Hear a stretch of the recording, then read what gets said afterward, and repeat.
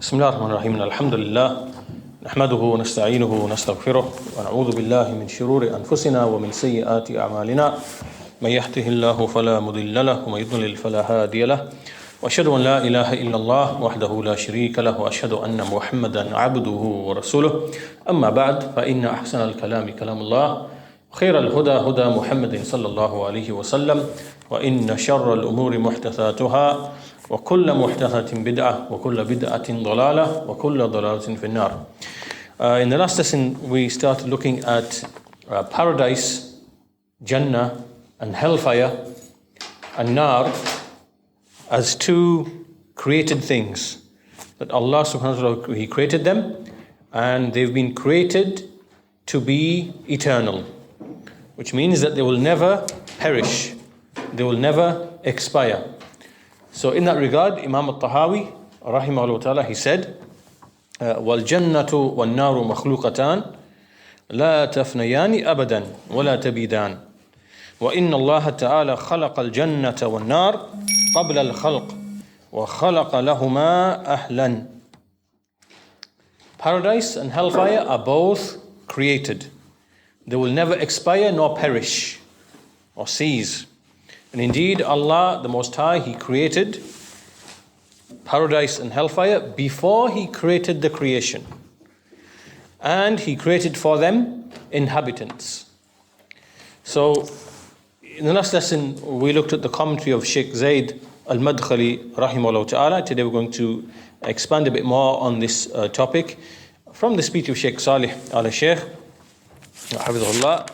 And so, he begins by mentioning that by this statement that we've just heard, that we've just read, that paradise and hellfire are created, they will never perish, they will never expire, they will never end, that this statement obviously is establishing what the Quran and the Sunnah have clearly indicated.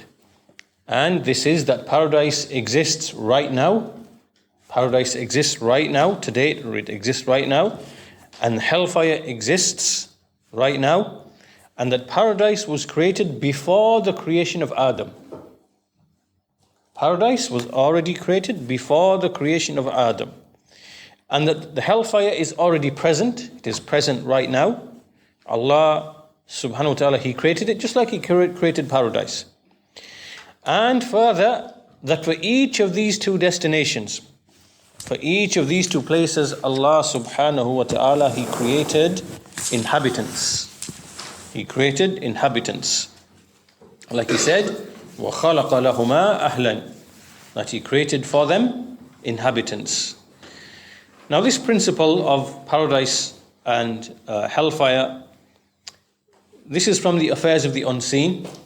These are things which we cannot see. And when evidence comes and informs us about something that we cannot see, then it's obligatory for us to affirm that evidence. And we affirm it, we believe in it as it has come, and we submit to Allah, we make taslim, we have iman. And these are from the affairs of the unseen that we cannot fully grasp. Now this is our principle as Ahlul Sunnah. As we said, whatever the evidence comes with from the affairs of the unseen, we make taslim and we accept it. Now there are groups and parties who historically and even today, they oppose this principle of making taslim to the texts, of submitting to the texts. And they have certain principles, innovated principles they use to justify their opposition. And we'll look at that in a short while, inshallah ta'ala.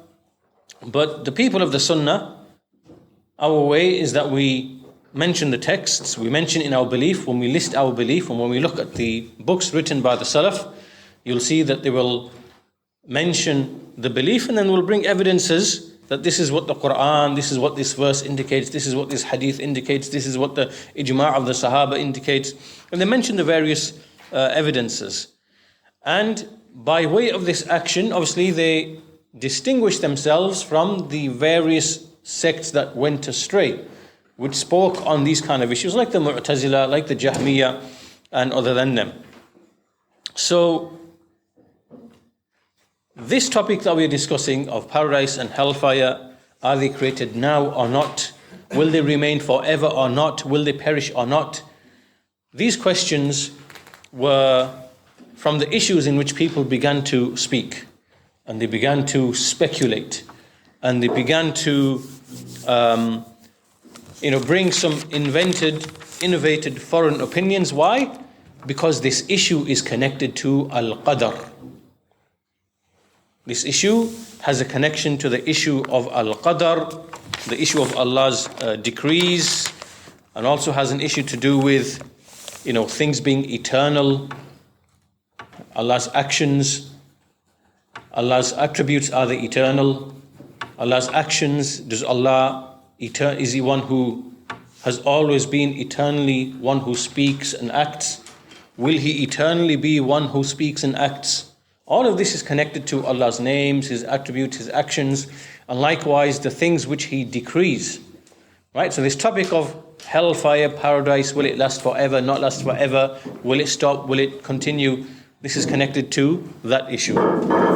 Now,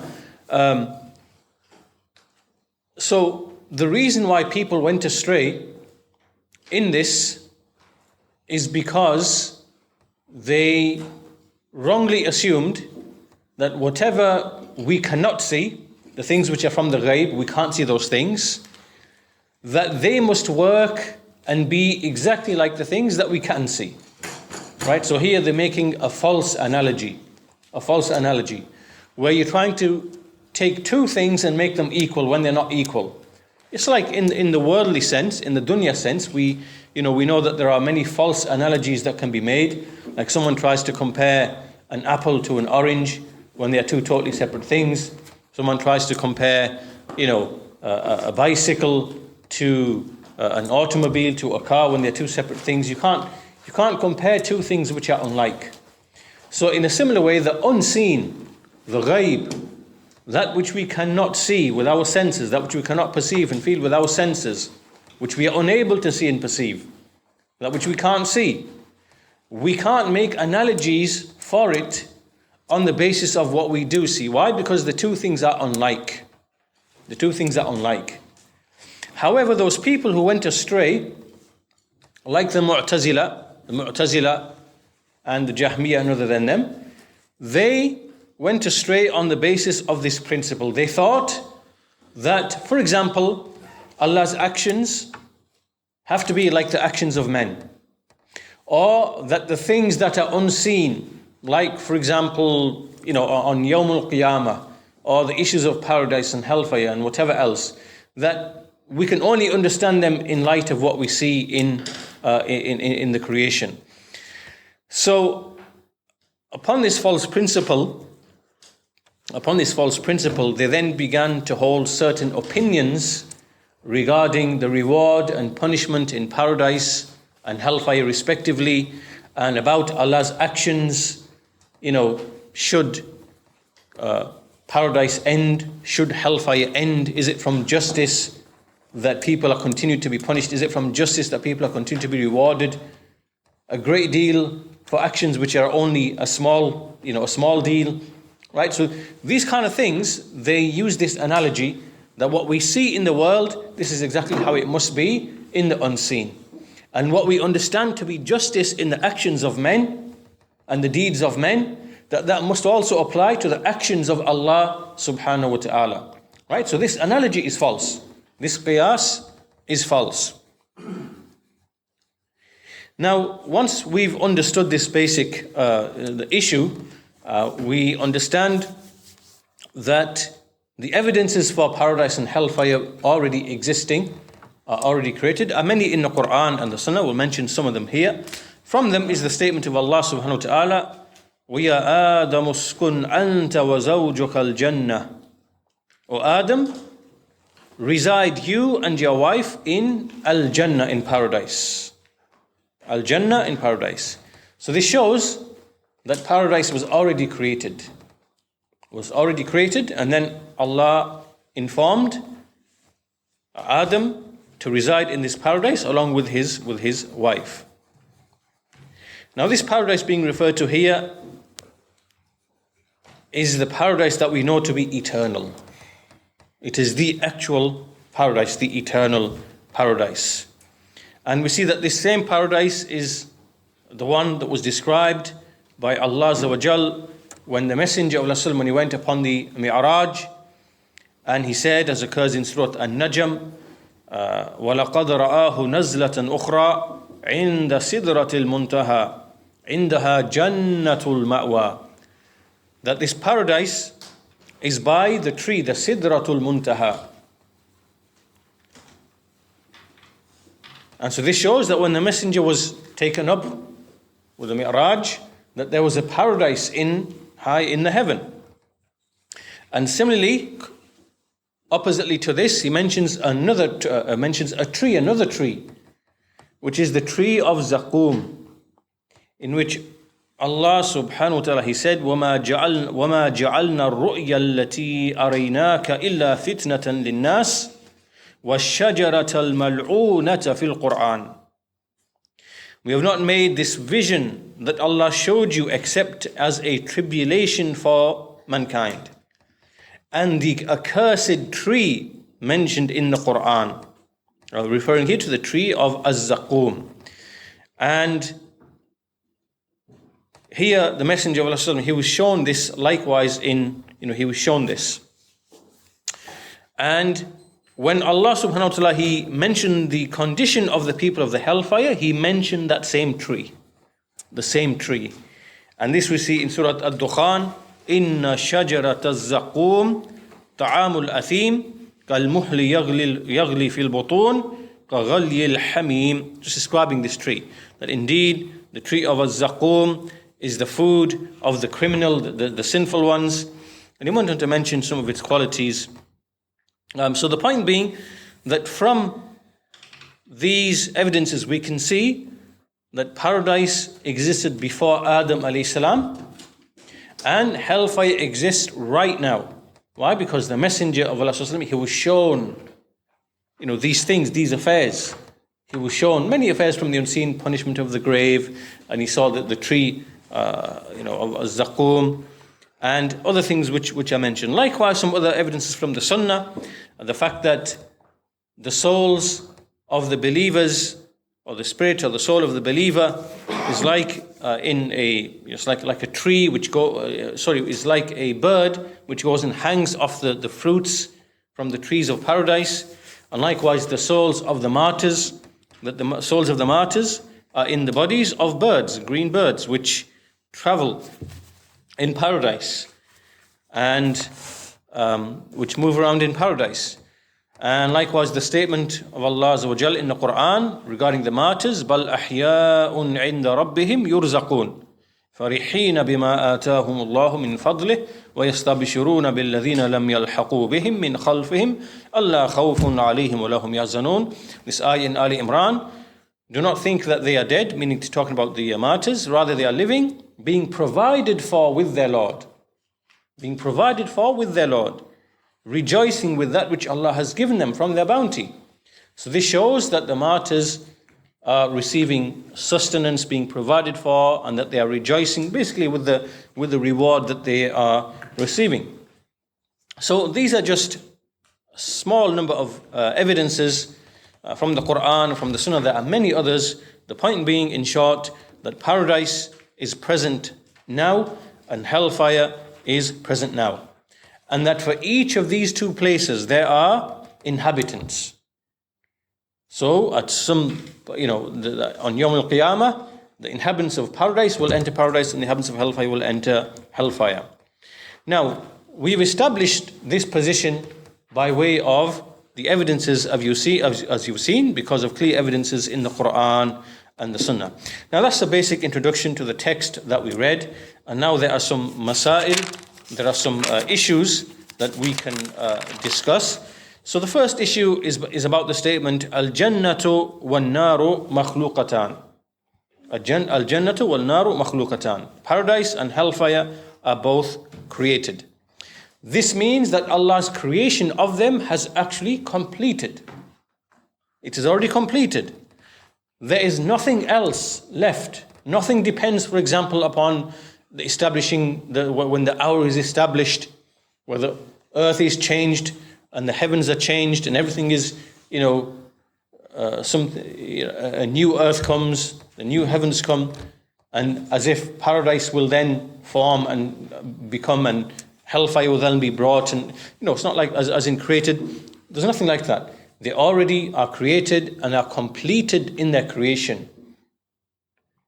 And as for what we see mentioned in the Quran, that the heavens will change, that the earth will change, that the heavens will change, this does not apply to paradise and hellfire.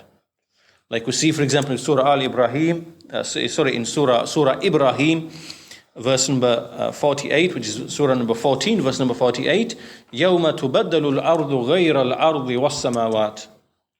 The day on which the earth will be changed to another earth, a different earth, and likewise the heavens. This is in Surah Ibrahim, Surah 14, verse 48. So this applies to the heavens and the earth. This does not apply to paradise and to hellfire, because heavens and earth have their own affair, and hellfire and paradise have their own affair. They are two created things, and no one knows when exactly and when specifically they were created except Allah subhanahu wa ta'ala. We don't really know specifically when was paradise created, specifically when was hellfire created. But we know that they were created, and we know paradise was created before the creation of Adam alayhi salam, and we know that hellfire already exists as we speak. So the evidence being here that when Allah subhanahu wa ta'ala, He mentioned Ya Adam uskun anta wa zawjuka al-jannah. O Adam, reside you and your wife in al-Jannah. Paradise here was mentioned with al, with a definite article, with al.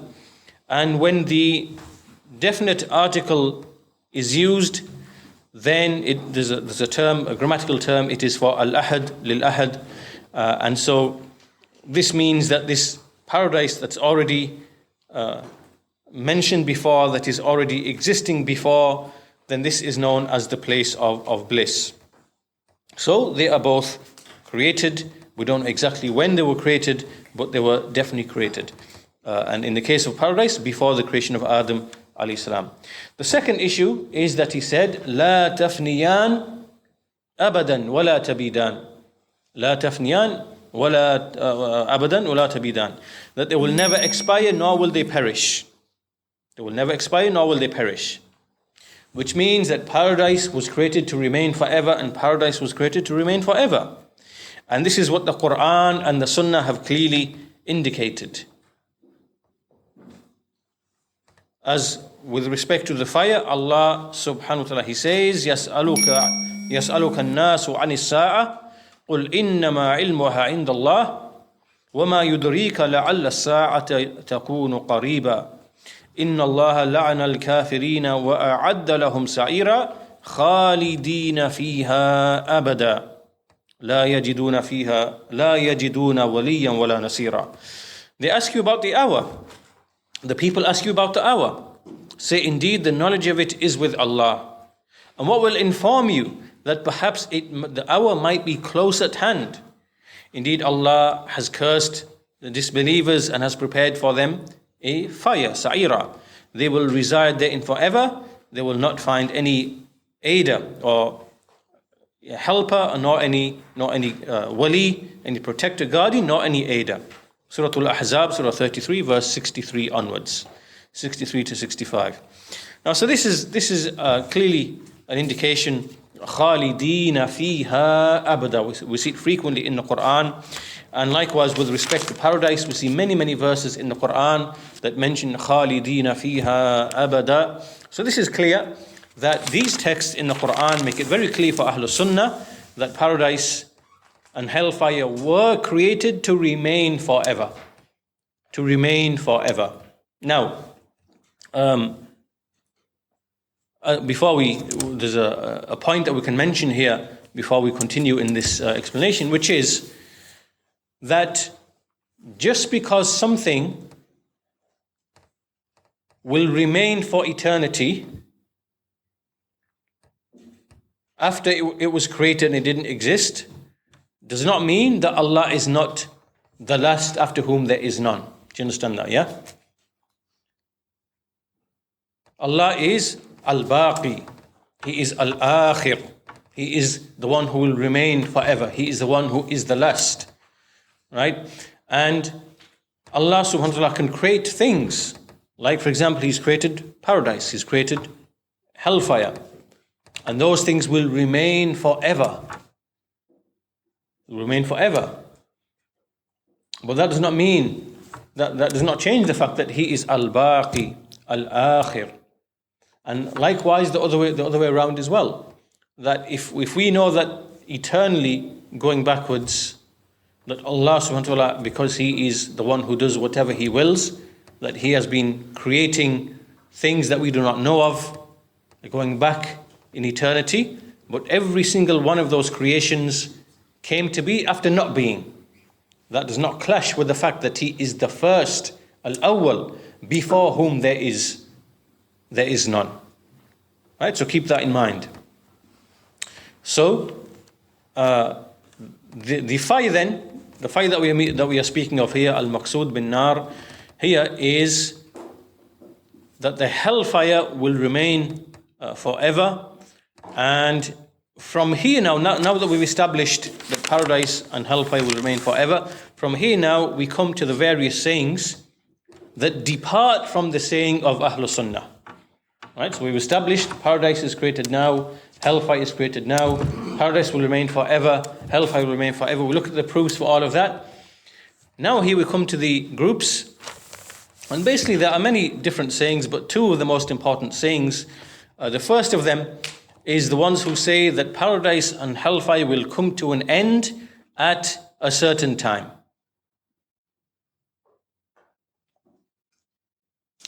And what will happen is that at that point, whatever pleasure the people of paradise are having and whatever punishment the people of hellfire are having will stop, and they won't refresh or renew, and it will then stop, and then eventually hellfire and paradise will end. Right? So everything will come to an end. And the reason why they said this, what was the reason why they said this? This all goes back to, philosophical nonsense. Right? They said, well, every motion that begins, every motion that begins, it has to stop at some point. Right? So that means that the people of paradise can't keep going forever having motion. And the people of hellfire can't keep going forever having motion. All motion that has a beginning must also come to an end. Right? This is just philosophical nonsense that they've taken from, the philosophy of other nations. And so they said, for that reason, paradise and hellfire there must be a point at which they stop. And so basically, hellfire will perish, and the fire itself will perish, and the people of paradise, everything will cease, and their reward will stop and expire, and it will cease, and then paradise will finish and expire. This is the view of the Jahmiyyah, and others other than them as well. And second statement that opposes the view of Ahlul Sunnah wal Jama'ah is that although paradise and hellfire will remain, they won't perish, they won't end, they will still remain, but the punishment within them will be cut off. The punishment in hellfire will be cut off, and the reward in paradise will be cut off. And then after this, Allah Azza wa Jal will do whatever He wills with paradise or with hellfire. He'll do whatever He wills. And the reason why they say this is because they say, how can Allah subhanahu wa ta'ala give an eternal reward, a never-ending reward for righteous actions which are only very small in comparison? And the other way around, how can Allah punish eternally for actions, for crimes, for sins, for actions which really are only small in comparison? How is this from justice? How can this How does this agree with justice? Right? So again, see, what they're doing is they are trying to use the analogy with the things that we see in the creation and saying that this is how it must be in the unseen. Right? It's like, obviously, and obviously there's a longer discussion about why this is false. We can't elaborate upon it here. But as we said, they see what justice is in the dunya, where we see that a person is punished for a crime in a way that fits the crime. And then using this analogy, what they see in the life of this world, they then try to make analogies for what is from the unseen. And again, this analogy is false, and the explanation of that obviously has a detailed discussion. But the point being that this is the underlying principle or the underlying thought that they have in why they denied paradise being forever and hellfire being forever. But anyway, these are the two main statements. There are other statements as well, but these are the two most prominent misguided statements. That was Jahmi, the first one. First one was the Jahmiyyah. The second one, basically, it's the statement of the Mu'tazila. In essence, what they say is that the people of paradise will freeze and the people of hellfire will freeze, meaning they'll just freeze and stop and remain like that. Right? That's it. Everything will just stop and cease. Right? This is a statement of Abu Hudayl al-Allaf. He was one of the heads of the Mu'tazila. And the first statement was a statement of Jahm bin Safwan from the Jahmiyyah. Now, as for the statement of Ahlul Sunnati wal Jama'ah, we've already established that they are already created, paradise and hellfire. They will never perish, they will never cease, they will never expire. People of paradise will continue receiving pleasure, bliss, benefits forever, and those inhabitants of the hellfire will continue receiving punishment forever. And it is authentically related from the Messenger of Allah ﷺ that on the Day of Judgment, يُؤْتَى يَوْمُ الْقِيَامَةِ بِالْمَوْتِ عَلَى هَيْئَةِ كَبَشٍ. On the Day of Judgment, death will be brought in the form of a ram and will be sacrificed between paradise and hellfire. And it will be said, it will be announced by an announcer, O people of paradise, خُلُود فَلَا مَوْتِ, eternity, no death. And O people of the fire, eternity and no death. Right? So this is a clear evidence from the Sunnah of the eternity of paradise and hellfire, and there will be no death. No death for the people of paradise, no death for the people of hellfire. Now, as we said, the eternity of paradise and hellfire is clearly stated in the Quran. Many ayat which say, for example, خَالِدِينَ فِيهَا أَبَدًا, which is mentioned for both the inhabitants of hellfire and the inhabitants of paradise. Now that this is clear, we've clearly understood the view of Ahlul Sunnah and the view of the misguided statements of some of the other groups. There's some detail now, because there were from the people of the Sunnah who said that from the fire, that the hellfire or from the fire is that which will perish and come to an end. And this is because Allah subhanahu wa ta'ala will cause this fire to perish and expire. Which fire is this? It is the fire that is the rank or the level of the muwahhideen from the believers in hellfire, which is the highest level of the fire. Why? Because the believers, the muwahhidun, have been promised to be taken out of hellfire after their sins have been expiated. So no one will remain in the hellfire who has an atom's weight of iman in his heart, and there must be some point at which they will be taken out of the hellfire, because they have tawheed with them.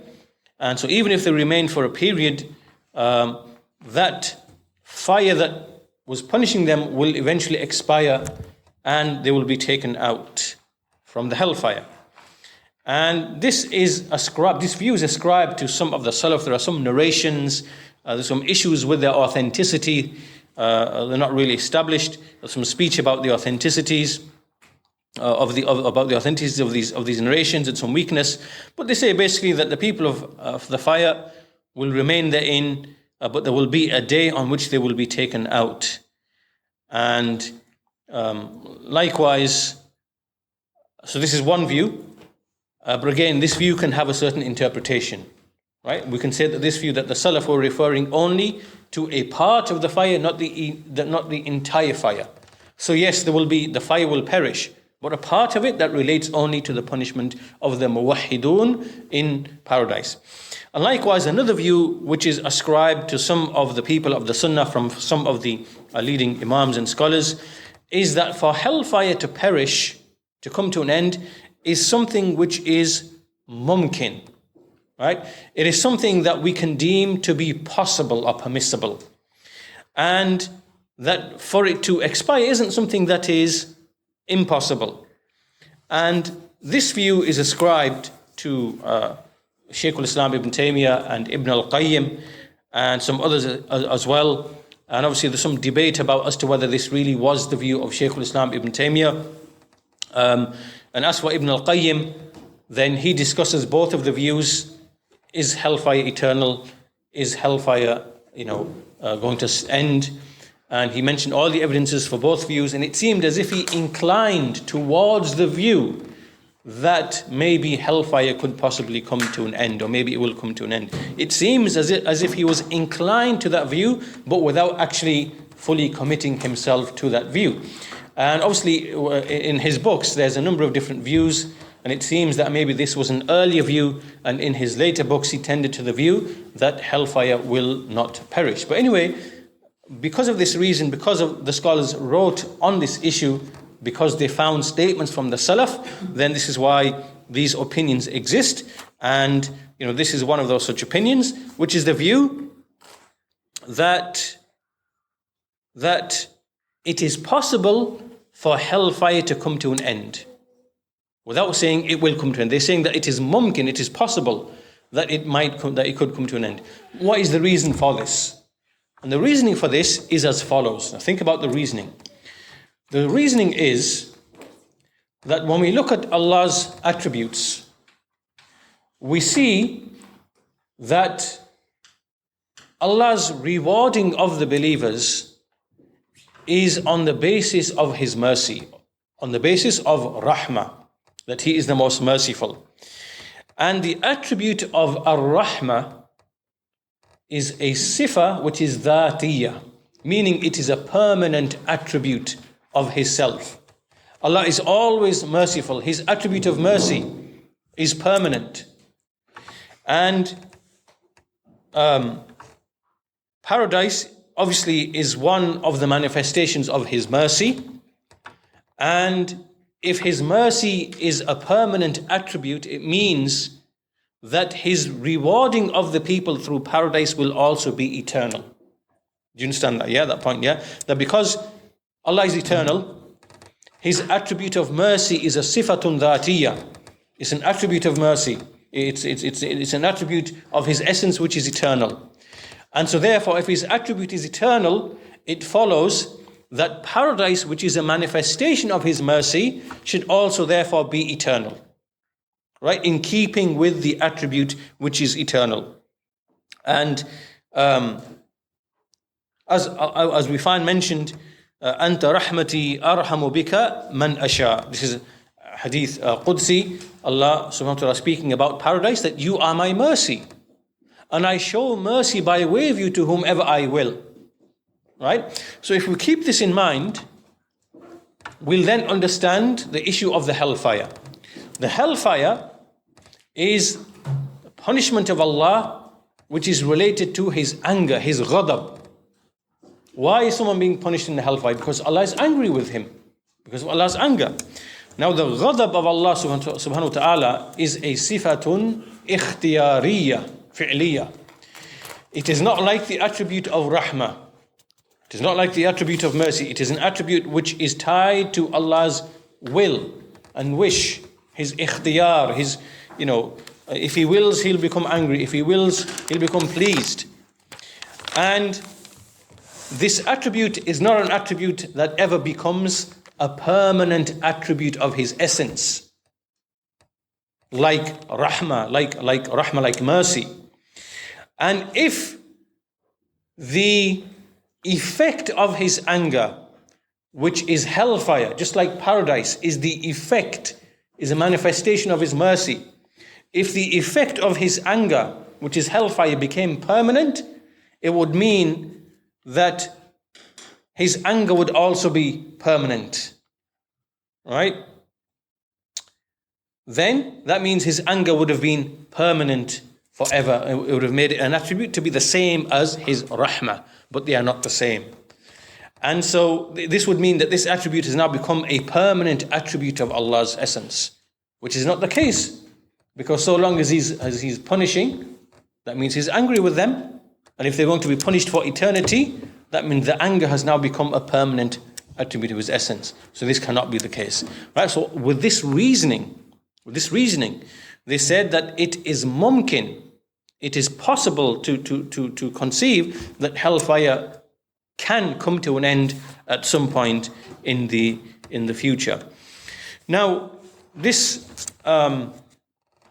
view, obviously, it's been discussed by the ulama, and what we understand is that this appears to be the statement and the position of Ibn al-Qayyim and Shaykh al-Islam Ibn Taymiyyah rahimahullah ta'ala. And he mentions a quotation here from Ibn al-Qayyim that I asked Ibn Taymiyyah about this. And he said, this is a great and mighty issue. This issue is a great and mighty issue. And then he mentioned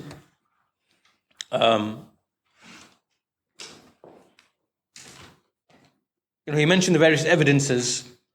And then Ibn al-Qayyim said, look, what is the final say in this matter? Right? Because we know there are evidences for this view, we know there are evidences for that view, but what is the final say in this matter? And so Shaykh al-Islam Ibn Taymiyyah he basically said, what is your final position in this matter? He said, the final position that we've reached at is the statement of Allah Jalla wa Ala, Inna Rabbaka fa'alun lima yurid. Indeed, your Lord is the doer of whatever He wills. This is what we come back to, that we resign to this statement of Allah, that Allah has said, indeed Allah is the doer of whatever He wills. Meaning that if He wanted to, He could make hellfire come to an end. And if He wanted to, He could make hellfire continue. Now, obviously this is a great and mighty, complex issue.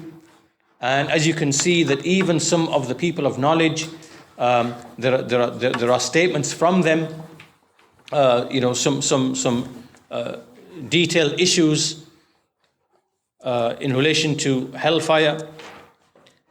And it's an issue in which too much delving should not be entered into. And as you can see from Shaykh al-Islam Ibn Taymiyyah, he said the final issue that we arrive at after all of this complex discussion and debate and looking at the evidences for one view or the other view, at the end of it all we basically say, Inna Rabbaka fa'alun lima yurid. Indeed, your Lord is the one who does whatever He wills. Right, so this brings us to the end of that issue, which is the issue of the eternity of paradise and hellfire. And I think what we'll do is we'll come to a conclusion on that point, and we'll continue discussing the remaining points in the next lesson, inshallah ta'ala. Just basically to summarize then, really we looked at two or three things. The proofs and evidences to show that paradise is already created before Adam alayhi salam, but we don't know exactly when or specifically when. But we know it was before Adam alayhi salam, and that paradise is and that hellfire is already created as we speak, and that on Yawm al-Qiyamah it is the heavens and the earth which will be transformed and changed, but paradise and hellfire will not be changed because they are two created things which are other than the heavens and the earth. So they have a separate treatment compared to the heavens and the earth. And thirdly, that there are inhabitants for either one, all of which comes from the ilm of Allah subhanahu wa ta'ala, and we shall expand upon that in the lessons to come. And that paradise, of course, is eternal, it will never come to an end. And hellfire likewise, from the evidences in the Quran, it is apparent, and which is held by the scholars of the Sunnah, that hellfire likewise is eternal and it will never perish. And then we mentioned some heretical sayings, those who claim that both paradise and hellfire will either perish, or those who say that the people of paradise and hellfire will freeze and no longer, the rewards will be cut off and the punishment will be cut off. So even though paradise will remain, hellfire will remain, everyone will just freeze, and there will be no more punishment, no more reward. Right? So these are clearly deviant sayings. They are clearly deviant sayings, which are clearly wrong and misguided, and they are based upon incorrect assumptions and analogies. But then we looked at some statements of some of the people of the Sunnah, which can have their own explanation, and one of them was that the hellfire, when we say that it will come to an end, then it means a part of the hellfire that relates only to the muwahhidun, right? So the statement of some of the scholars, yes, hellfire will come to an end, can be understood in that way. That's one understanding. And the second understanding is that hellfire coming to an end is something that we can say is mumkin in light of general considerations. The fact that Allah's rahmah is a permanent attribute, and the fact that His ghadab is a temporary attribute. Right? So this view, generally, this kind of notion is something which we can find explained in the books of Shaykh al-Islam Ibn al-Qayyim, and it is also ascribed to Ibn Taymiyyah, though there's a dispute as to whether this really is his view or not, and the scholars have generally differed on that. But in general, one of the views is that they basically changed their view in the later books, as with Ibn al-Qayyim, and he held the view that hellfire will not perish. But that's the basic issue in a nutshell. But as you can see, it's from the great, mighty, complex issues, and we'll touch upon the issues that come after this now, inshallah ta'ala, in the next lesson. So that will conclude our lesson here today. Walhamdulillahi Rabbil Alameen. Wa sallallahu ala nabiyyina Muhammad wa ala alihi wa sahbihi ajma'in.